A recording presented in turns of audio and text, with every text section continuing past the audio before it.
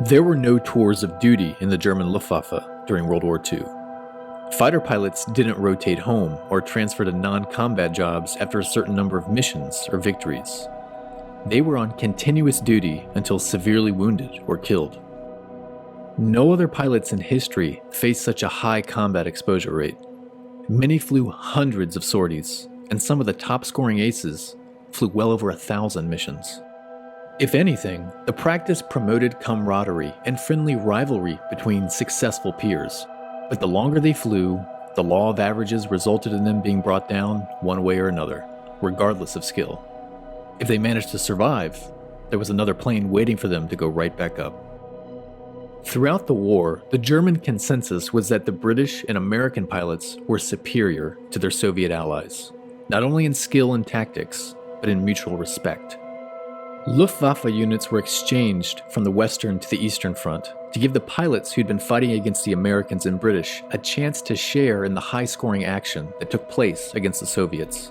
It also gave the Eastern Front pilots a break from the Spartan living conditions.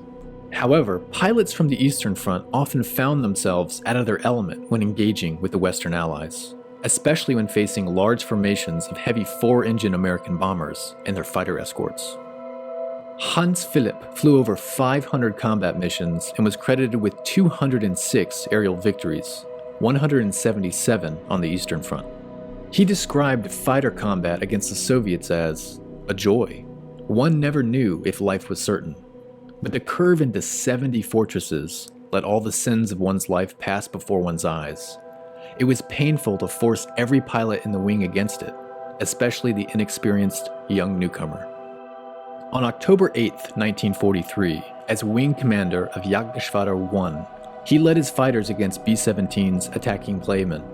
He shot down one bomber, but then was brought down by a P-47 Thunderbolt. He managed to bail out, but his chute never opened.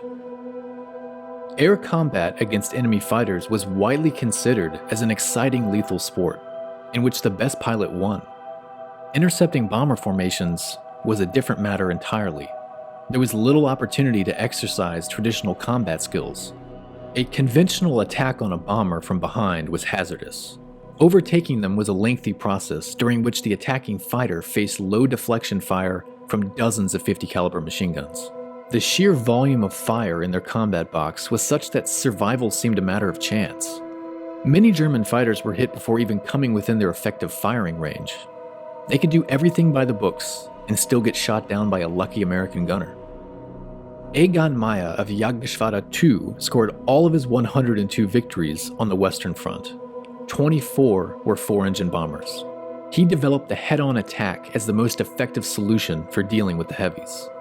Such attacks with high closing speeds meant that German fighters were only under fire for a few seconds and from fewer guns. The attack angle made the flight deck and unarmored nose a main target, but another practice was to aim for the engines and wing fuel tanks. When in range, German pilots had less than 2 seconds to fire and pull away. It took on average 20 hits from 20mm shells to bring a bomber down. This was very difficult on a single pass, considering the split-second marksmanship required at such high closing speeds, but often they could damage a bomber enough to force them out of formation. Once out of the combat box, they were much easier prey. Resetting for a second head-on attack took time and fuel, so fighters usually then targeted the same small group of bombers together from multiple angles. Sometimes a head-on attack wasn't plausible, and they needed to intercept the bombers at the best angle they could get.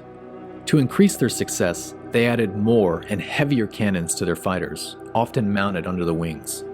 The added weight made them more vulnerable to enemy escort fighters, but as Allied bombing raids stretched further into Germany, the American bombers were left to defend themselves from German fighters, and they inflicted staggering losses. It's worth noting that shooting down a four-engine bomber counted as one victory, but because of the difficulty and danger of bringing them down, they were worth 3 points towards awards and decorations. Luftwaffe pilots that became aces shooting down heavy bombers were in a league of their own. 1943 was the costliest year for Allied Bomber Command. They lost hundreds of heavy bombers a month. The breaking point was the October 14th raid on the ball bearing factories in Schweinfurt, Germany. It became known as Black Thursday.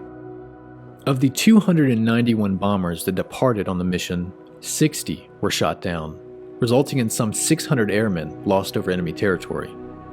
Of the bombers that returned, 17 crashed in England or were too severely damaged to be repaired. An additional 121 bombers needed repairs, and many of them brought back wounded and dead crewmen. Ludwig Franzisket, a veteran pilot of the North Africa campaign who flew over 500 missions and claimed 43 victories on the Western Front, shot down 3 B-17s that day over Schweinfurt. They were his final victories of the war, as he was seriously wounded intercepting 4-engine bombers in May of 1944. In a lot of ways, the second Schweinfurt raid was the beginning of the end for the Luftwaffe. After months of staggering losses, the United States Army Air Forces discontinued the Deep Strike Combined Bomber Offensive strategy in Germany until long-range field tanks could be fitted to existing fighters, and new longer-range fighter escorts could be developed. In early February of 1944, Major General Jimmy Doolittle took over command of the 8th Air Force, applying policy changes that required fighter escorts with bombers at all times. This new policy and the later deployment of the new P-51 Mustang skyrocketed Luftwaffe casualties.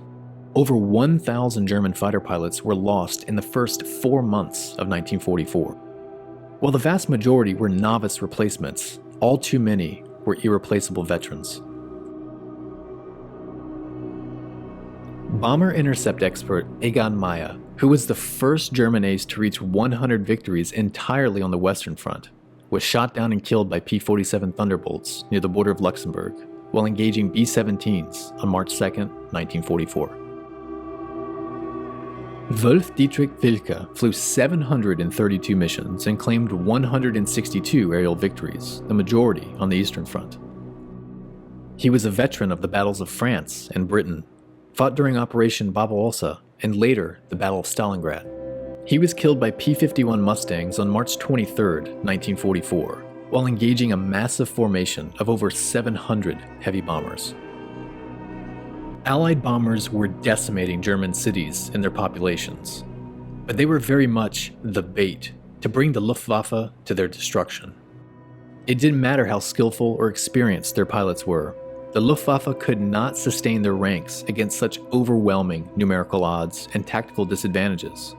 It was inevitable that they would be shot down, and this was only the beginning of things to come in the last year of the War over Europe.